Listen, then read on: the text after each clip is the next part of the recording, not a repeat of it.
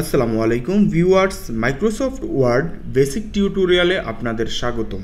আমরা যারা পূর্বের দ্বিতীয় এবং প্রথম পর্ব মিস করেছি তাদের জন্য পূর্বের পর্বগুলো দেখার অনুরোধ রইল, কারণ আপনি পূর্বের পর্বগুলো না দেখলে তৃতীয় পর্বের অনেক কিছুই মিস করতে পারেন।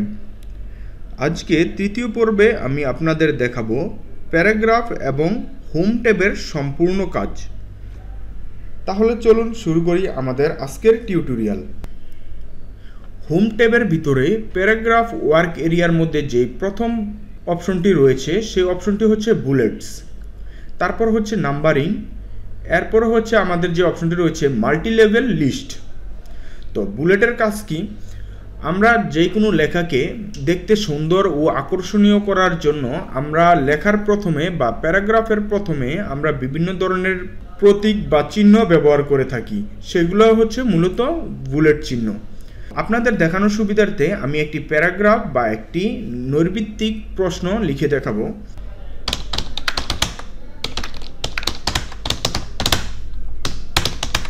মানুষের মৌলিক চাহিদা 5টি। এই 5টি কি কি এখানে আমি লিখে দেখাচ্ছি যেই কোনো একটি বুলেট চিহ্নের মাধ্যমে। যেমন আমি এই টিক চিহ্ন বা টিক মার্কটি দিয়ে দেখাবো। তো আমি এখানে টিক মার্কটি উঠিয়ে দিলাম, দেওয়ার পর আমি লিখলাম খাদ্য, তারপর একটি এন্টার দেওয়ার পর আমি দেখলাম যে অটোমেটিক আরেকটি বুলেট চিহ্ন চলে এসেছে, বস্ত্র, বাসস্থান। তো এইভাবে আপনারা যতবার কিবোর্ড থেকে এন্টার করবেন ততবার আপনার এই বুলেট চিহ্নটি অটোমেটিক চলে আসবে। তো আপনারা যদি সেই বুলেট চিহ্নটি চেঞ্জ করতে চান, লেখাটিকে সিলেক্ট করে আপনি যে কোনো বুলেট চিহ্নের উপরে দিলে আপনি বুলেট চিহ্ন তুলতে পারবেন।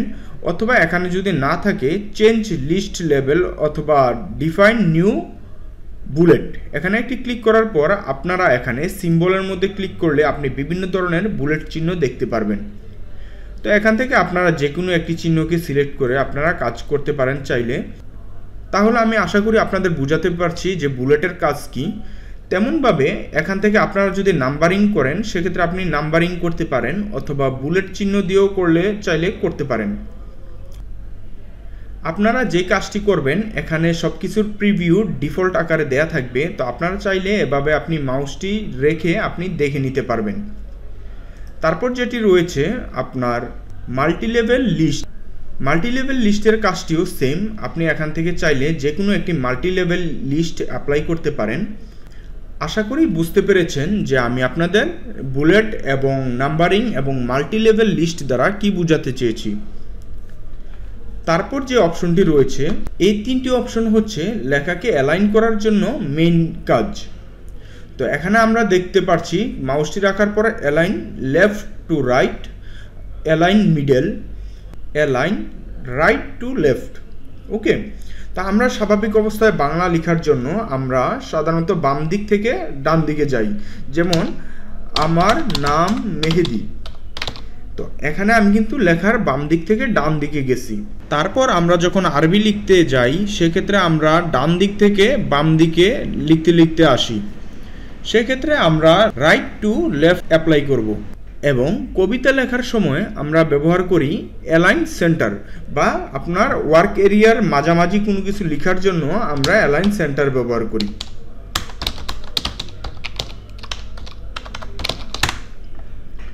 তো আপনারা আশা করি বুঝতে পারছেন যে অ্যালাইন লেফট, অ্যালাইন রাইট এবং অ্যালাইন সেন্টারের কাজ কি।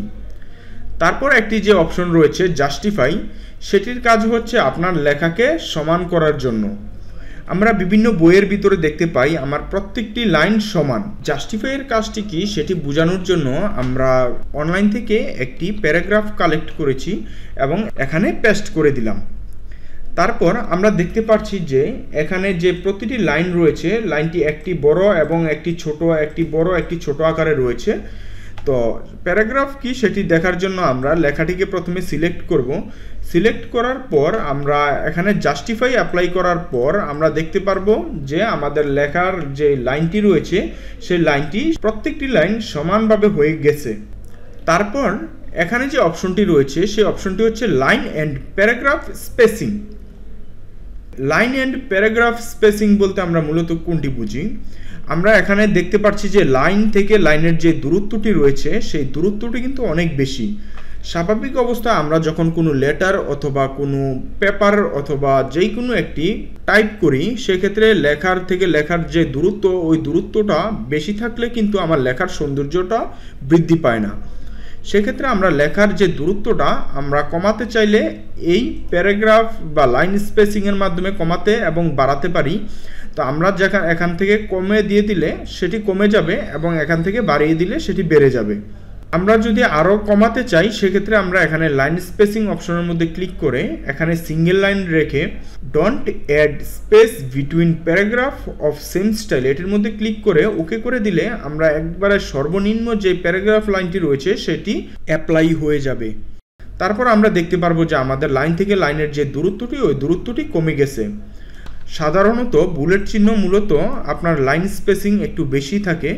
তো আমরা আপনাদের সঠিকভাবে বোঝানোর জন্য আমি নিচের যে প্যারাগ্রাফটি রয়েছে সেটির উপরে চলে আসলাম এবং লেখাটিকে সিলেক্ট করে আমি এখান থেকে যেই আমার যে লাইন স্পেসিংয়ের ঘরটি ছিল সেটির উপর একটি ক্লিক করে দিলাম। তারপর সেটিকে আমরা আরও বাড়ানো অথবা কমানোর জন্য আমরা এটি ইউজ করতে পারি। তো আমরা সাধারণত যেহেতু সিঙ্গেল আকারে রাখবো, সেক্ষেত্রে 1.0-তে ক্লিক করে দিব। আর সাধারণত আমরা যে কোনো কাজ করার জন্য 1.0-তে রেখেই কাজ করব। তারপর যে অপশনটি রয়েছে সেটি হচ্ছে আপনার শেডিং। শেডিংয়ের কাজটি হচ্ছে মূলত আমরা সোজা কথায় বলতে গেলে লাইন কালার। আমরা যে কোনো একটি স্পেসিফিক লাইনকে কালার করতে গেলে আমরা সাধারণত শেডিংয়ের মধ্যে ক্লিক করে দিব। আপনাদের সঠিকভাবে বোঝানোর জন্য আমি একটি লাইন কালার করে দেখাচ্ছি। তো আপনারা দেখছেন যে আমি একটি লাইনের উপরে ব্যাকগ্রাউন্ড কালার রেড করে দিলাম। দেওয়ার পর আমরা দেখতে পাচ্ছি যে আমি যেই লাইনটিতে ছিলাম ওই লাইনের যে সম্পূর্ণ লাইনটি, ওই সম্পূর্ণ লাইনের একটি ব্যাকগ্রাউন্ড কালার করে দিয়েছি। তো সাধারণত লাইন কালারটি আপনি অ্যাপ্লাই করার জন্য এই শেডিং থেকে ইউজ করতে পারেন। তারপর যে ঘরটি রয়েছে সেই ঘরটি হচ্ছে বর্ডার।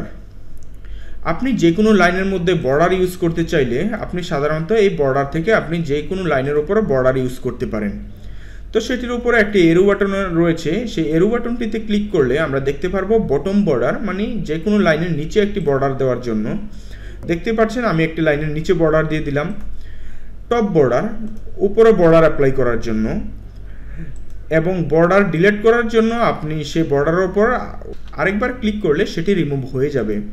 তারপর লেফট বর্ডার, আপনি লেখার লেফট সাইডে বর্ডার করতে গেলে, রাইট সাইডে বর্ডার করতে গেলে, আপনি পূর্বে বর্ডার অ্যাপ্লাই করেছিলেন তো এখন বর্ডার রিমুভ করতে চাচ্ছেন, সেক্ষেত্রে নিউ বর্ডারে ক্লিক করলে বর্ডার রিমুভ হয়ে যাবে। অল বর্ডার হচ্ছে আপনি চতুর্দিকে বর্ডার করবেন তখন আপনি অল বর্ডারের মধ্যে ক্লিক করে দিবেন। যেহেতু আমি কোনো প্রকার বর্ডার অ্যাপ্লাই করব না, সেক্ষেত্রে আমি আর বর্ডার অ্যাপ্লাই করে দেখাচ্ছি না আপনাদের। তারপর যে অপশনটি রয়েছে ডিস্টেন্স ইনডেন্ট, আপনি এটির মধ্যে ক্লিক করলে আমরা সাধারণত অবস্থায় দেখতে পাই কোনো লেটারের মধ্যে প্রথম লাইনটি একটু সামনের দিকে থাকে, তারপর লাইনটি একটু পিছনের দিকে থাকে। তো আমরা সাধারণত এটি থেকে আপনার যে কোনো লাইনের ডিস্টেন্স মেনটেন করতে পারবো।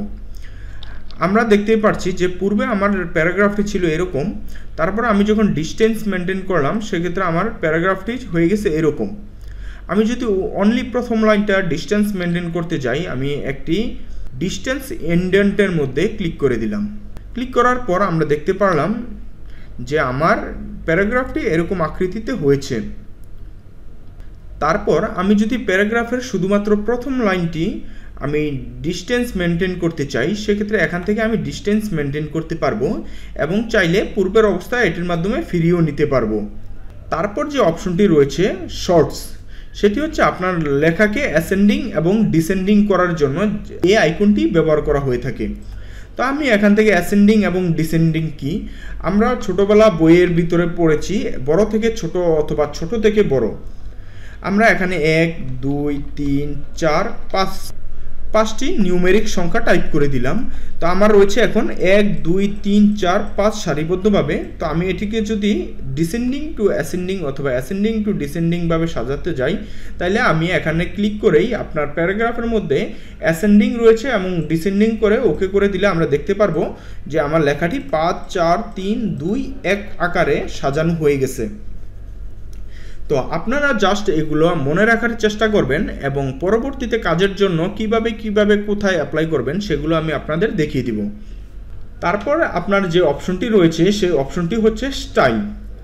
আপনি যেই ইংরেজিতে লিখেছেন অথবা বাংলাতে লিখেছেন সেই লেখাটি আপনি সুন্দর এবং আকর্ষণীয় করার জন্য আপনি লেখাকে যে কোনো একটি স্টাইল দিয়ে দিতে পারেন।